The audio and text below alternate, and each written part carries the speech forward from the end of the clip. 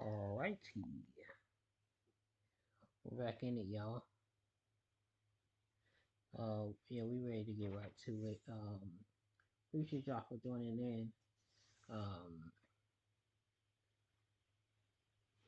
let's get it. Alright guys, welcome back to the channel where today we're talking a big change to the New Wave DLC pack as the announcement of the mystery celebrity guest has now been postponed. So we're going to go over the reasons for the postponements and 2K's Make Good offering, as well as highlight some of the new previews for the content that is being released. Plus, we've also got an update on a future DLC character and details of a new update coming to Universe Mode. Before we get into that though, if you're new to the channel and you want to stay up to date with all the latest wrestling game news, then please do hit that subscribe button and turn on your notifications so that you don't miss out on future videos. So, the new Wave Pack was announced to feature 5 new playable characters, with these including the Motor City Machine Guns, Chris Sabin and Alex Shelley, NXT superstars Julia and Stephanie Vaquer, and an unannounced special will be revealed at a later date by WWE.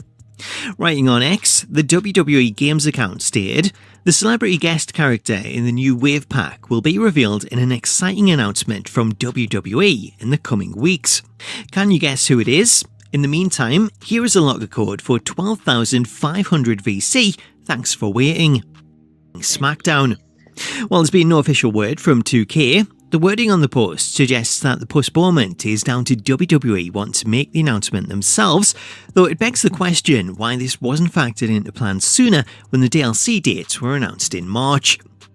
Replies to the post also questioned the wording, asking if only the announcement is delayed and whether the character will still be a part of the pack's release, as the change comes so late in the day that it may not be possible to remove them, as the patch to add the DLC content is due to release later today.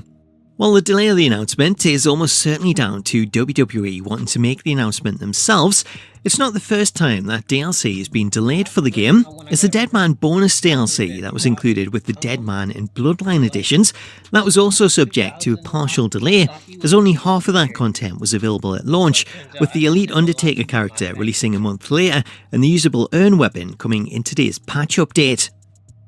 As for the Make Good offering of 12,500 VC, this is available to all players, regardless of whether or not you purchase the DLC, with lock code now active and available to be redeemed until December 31st. To redeem the code, you'll need to head into My Faction and select the locker code option, then enter the code CHACHING12500. This will then reward you with 12,500 VC, which can be while the celebrity guest has been delayed. The other stars are still due to be released as planned.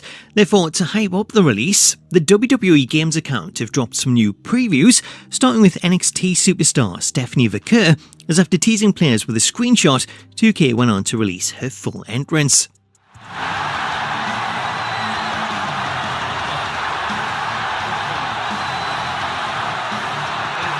The reaction to Stephanie has been really positive, with a lot of players complimenting 2K on her model, and while she looks great as she is, it appears that this footage isn't from the final version, as the entrance footage that was shown off appears to be taken from an earlier build of the game, as this footage is a lot darker during the stage portion of the entrance, and it doesn't include any pyro, whereas the version that was shown off in the DLC trailer showed her enter with much stronger red lighting and smoke visible in the background.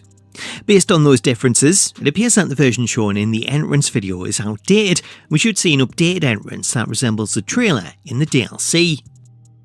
Following the reveal of Stephanie, we also got a new preview for Julia, as 2K shared the following footage of Julia's entrance in NXT, which shows her enter with the gear she wore for the Royal Rumble, including her golden mask.